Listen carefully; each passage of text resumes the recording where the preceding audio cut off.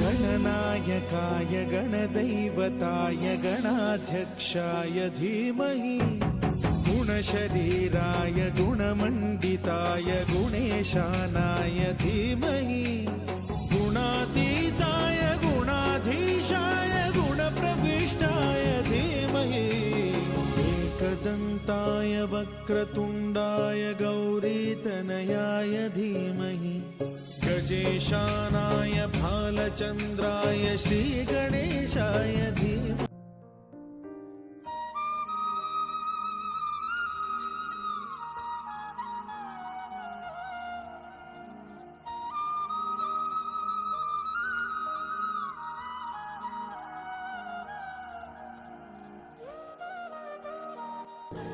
ನಮಸ್ತೆ ಪಮ್ಮ.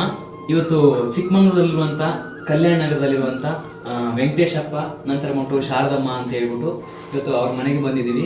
ಸೊ ಎಂತಕ್ಕೋಸ್ಕರ ಅಂತ ಕೇಳುವಾಗ ಇವತ್ತು ಜೇಡ ವಾಟರ್ ಮಷೀನ್ ಬಂದ್ಬಿಟ್ಟು ಅವ್ರ ಮನೇಲಿ ಇನ್ಸ್ಟಾಲೇಷನ್ ಮಾಡಿದ್ವಿ. ಅದಕ್ಕೋಸ್ಕರ ಇವತ್ತು ಅಪ್ಪ ಬಂದ್ಬಿಟ್ಟು ಜೇಡ ವಾಟರ್ ಮಷೀನ ಮನೆಗೆ ಏನು ಮಾಡಿದ್ದಾರೆ, ಬೈ ಮಾಡಿದ್ದಾರೆ.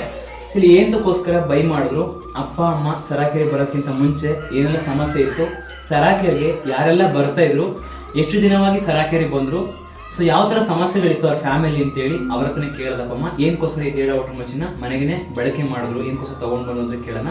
ನಮಸ್ತೆ ಅಪ್ಪ. ನಮಸ್ತೆ ಅಮ್ಮ. ಅಮ್ಮ, ಸರಾಕೆರೆ ಬರೋಕ್ಕಿಂತ ಮುಂಚೆ ಏನು ಸಮಸ್ಯೆ ಇತ್ತು, ಅಪ್ಪ ಸರಾಕೆರೆ ಬರೋಕ್ಕಿಂತ ಮುಂಚೆ ಏನೆಲ್ಲ ಸಮಸ್ಯೆಗಳಿತ್ತು, ಸರಾಕೆರೆಗೆ ಎಷ್ಟು ದಿನವಾಗಿ ಬಂದ್ರಿ, ಸರಾಕೆರೆ ಬಂದ ನಂತರ ನಿಮ್ಮ ಸಮಸ್ಯೆ ಯಾವ ಥರ ಬದಲಾವಣೆ ಆಯಿತು ಅನ್ನೋ ವಿಷಯ ತುಂಬ ಜನ ಅಪ್ಪಮ್ಮ ಈ ವಿಡಿಯೋ ನೋಡ್ತಾ ಇದ್ದಾರೆ. ನಮಗೆ ಮುಂಚೆ ಸರಾಕೆರೆ ಬರೋಕ್ಕಿಂತ ಮುಂಚೆ ಕೈ ನೋವು, ಮಂಡಿಗಳು ನೋವು ಬರೋದು, ಸೊಂಟ ನೋವು ಬರೋದು, ಆಮೇಲೆ ಸುಸ್ತು ಆಗೋದು. ಈಗ ಅಲ್ಲಿ ಬರೋದ್ರಿಂದ ಹಿಡಿದು ಸರಾಕೆರೆ ಬರೋದ್ರಿಂದ ನೋವೆಲ್ಲ ಹೋಯ್ತೆ, ಕಮ್ಮಿ ಆಗಿದೆ. ಈಗ ಕಮ್ಮಿ ಐತೆ, ಅಷ್ಟೇನು ಯಾವುದೂ ಇಲ್ಲ.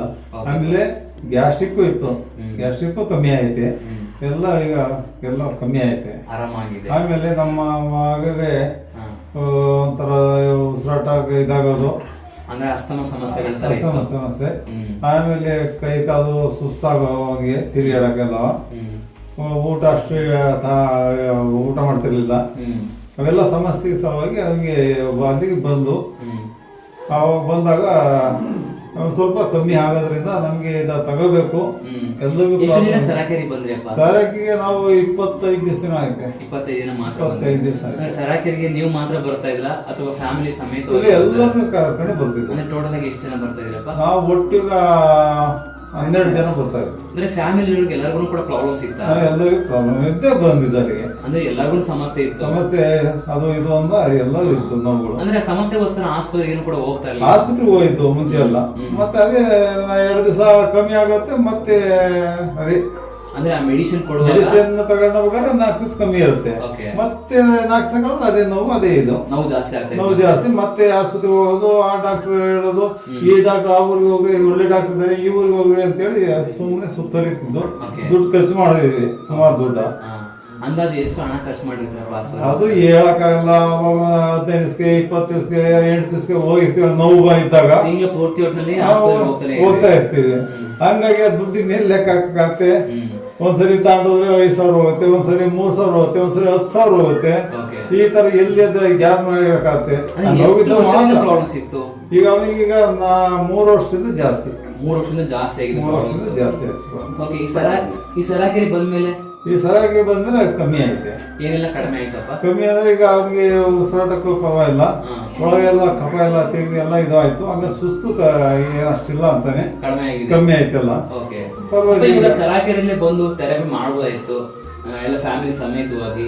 ಇಲ್ಲ ಇವಾಗ ಜೇಡ ವಾಟರ್ ಮಷೀನ್ ಮನೇಲಿ ಇನ್ಸ್ಟಾಲೇಷನ್ ಮಾಡ್ಕೊಂಡ್ರಿ, ಯಾಕೆ ಈ ಜೇಡ ವಾಟರ್ ಮಷಿನ್ ಮನೆಗೆ ತಗೊಳ್ಬೇಕು ಅಂತ ನೀವು ನಿರ್ಧಾರ ಮಾಡಿದ್ರಿ? ನಿರ್ಧಾರ ಯಾಕೆ ಮಾಡೋದು ಅಂದ್ರೆ ಈಗ ನಮಗೆ ಟೈಮ್ ಸಿಕ್ಲಿಲ್ಲದಕ್ಕೆ ಅಲ್ಲಿಗೆ ಡೈಲಿ ಬರೋಕ್ಕೆ ಬಿಸಿ ತಗೊಂಬಿಡ ನಿಮ್ಮ ಅಲ್ಲಾದ್ರೂ ಸ್ವಲ್ಪ ಟೈಮ್ ಸಿಕ್ತಾಗ ಮಾಡ್ಕೊಂಡು ಹೋಗ್ತಾನೆ ಡ್ಯೂಟಿಗೆ ಹೋಗೋದಕ್ಕೆ ಅಂತೇಳಿ ನಾವು ಅದಕ್ಕೆ ಇದು ಮಾಡ್ಕೊಂಡು.